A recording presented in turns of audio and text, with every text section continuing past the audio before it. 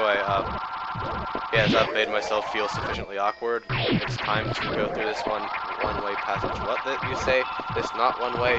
Shut up, you big fat liar. It is one way. Oh my gosh, how would you even... What, would I lie to you? No, I wouldn't. And actually, this is the wrong area, so I did lie to you. My apologies. Actually, this is not even a one-way area. This is an area I can't even get to yet because there's no way to build up the speed. There's just not enough room. I don't even know what I'm supposed to do there. Luckily, you can shoot the bloody floor out, which seems a little excessive. Metroid, do you even care about how many floors these cost? Oh my gosh. Oh my gosh. Anyway, whoops. Well, this is the first bit of this recording session, or recording day, that I accidentally went over time in a recording session. Whatever. I mean, the capture device has been acting up lately, but I think I can deal with it. I think I can deal with it. Anyway, Yellow Switch Palace unlocked. This is actually the last Switch Palace we legally unlocked. Pretty exciting. I generally play by the rules, but if you don't and you like that kind of stuff, all the more power to you, I suppose. Anyway, this room is annoying because these stupid laser crabs keep reforming, and there's that stuff which I never remember is breakable, and the laser crabs keep reforming when I'm trying to get up, but ultimately you end up in a save room for some reason, which it was like sort of really weirdly close to the other save room, and finally end up back in our old friend here. Actually, on my second playthrough, which is sort of embarrassing, I got lost here because I forgot you were supposed to... Oh, yeah, do this. This is how you get back up further than just the one area. No, wait, my bad. I, like, retarded it up somehow. I don't even know how badly I retarded it up, guys. That's how badly. Oh, wait, I'm thinking of a later part. Now I'm just sounding silly. Oh my gosh. Blushes. Okay, data room. Ice effect added to missiles. Use it to freeze enemies. Yeah, the ice missiles actually make their triumphant return in Metroid Prime 3 Corruption, which I thought was sort of cool, although it was annoying because I sort of liked having multiple weapons, like in the old Metroid Prime games, but I don't know what my thoughts on Metroid Prime 3 were. I think overall it could have been better. It was sort of too linear and easy compared to the first two. Anyway, oh no, energy bat. But that okay because there's an E-tank for real here.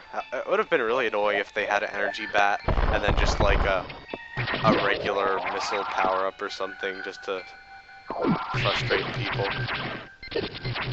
Anyway, that was definitely worth it. I will go out of my way to get energy tanks, but not much else.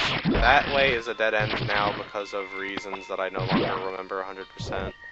But this way that we saw so casually earlier still just has a crab and an enemy, but if we kill this crab, its X will grow frisky and repopulate. And finally do that. I don't know how having a parasite you would make you double your height. I don't know why they would even have an enemy things in a place area. What? I'm way too interested in sci-fi and fantasy biology, by the way, just so, you know, this game really interests me because I'm a nerd that way. Anyway, this is what this shortcut is for. Pretty weird how you can go through parts of the background, but at the same time, pretty standard Metroid mechanic. I'm not going to question it. A lot of old games do that. This is still probably easier than a lot of stuff in Metroid games. I think it would have been funny if they kept that tradition in the 3D Metroid games and like just some of the walls that were fancily rendered out. No! Dick Cogs shouldn't have pressed that security cap. This area always terrifies me until... No, it just always terrifies me. Oh my gosh. There's a giant shadow flying around and it always scared me. And if you weren't scared enough by that, oh, well, this isn't it yet, but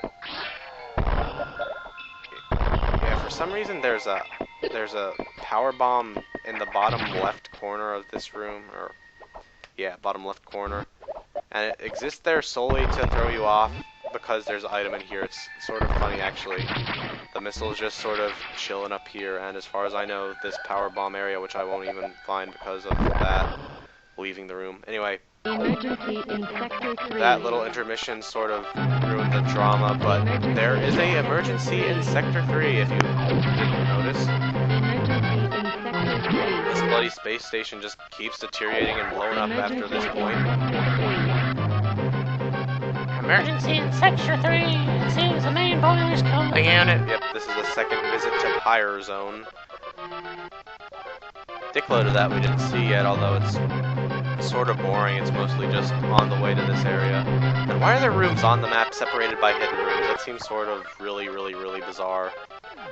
Anyway, I have 6 minutes to main boiler explosion, yet something like 5.5 minutes to main. Running out of time for this recording session. And to just step up the urgency, this is right next to the sector you were just in. Most of the time you have to like walk across the whole bloody sector list, but this time there's no time for that crap. The space station is about to bloom. And you don't even have to talk to Rob anymore, which is pretty cool, and everything's offline in here. Maybe the recharge isn't what the save is. I always forget to actually go through this area fast, and it always upsets me. And I always get lost in this area. I always am bad at video games. That's just basically the theme of my Let's Plays if you're new to me. I'm pretty popular along my fan base. They like the epic fails and the wacky fails. Someday I might even do the video game I could have been a guy.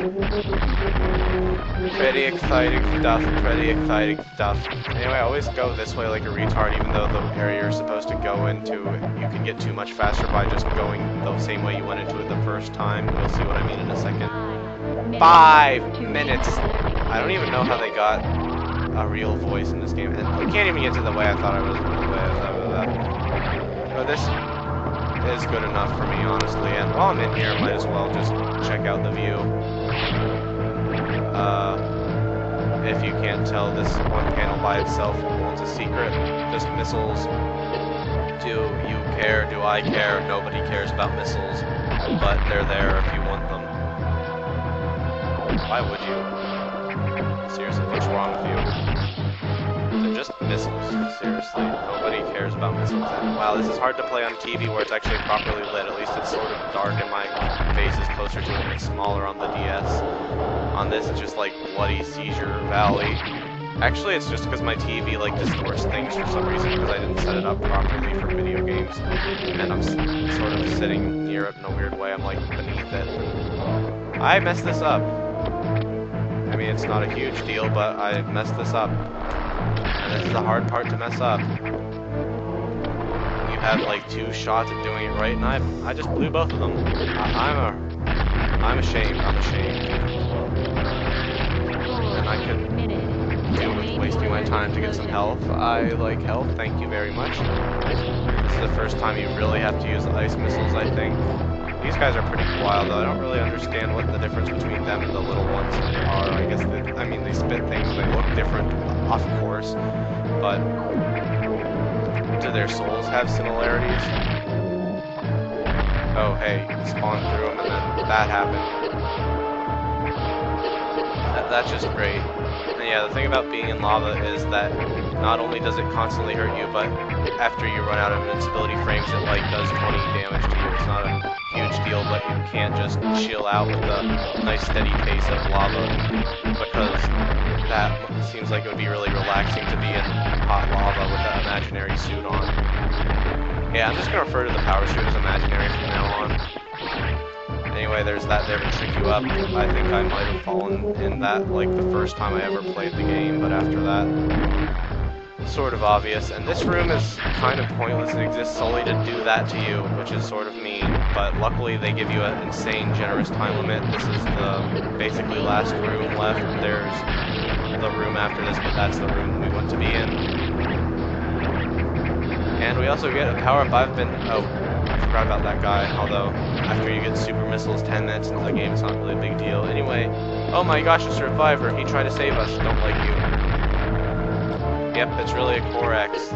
That makes this the Core X with the easiest regular boss form, I think. because all the other ones turn into a Core X only and only if you have beaten the regular form. I don't even know where it got the data for the wave, or not wave beam, wide beam. I don't even understand the wide beam. It's really weird. It just makes you shoot lasers out of your face and butt, but whatever. Anyway, yeah, that's what it does. It splits into 3. Later, you just start shooting lasers out of your face and butt, but for now, the cooling unit's operational, and we're feeling fine. So thanks for watching, and stay tuned for the next exciting episode of Let's Play Metroid Fusion. Thanks for watching.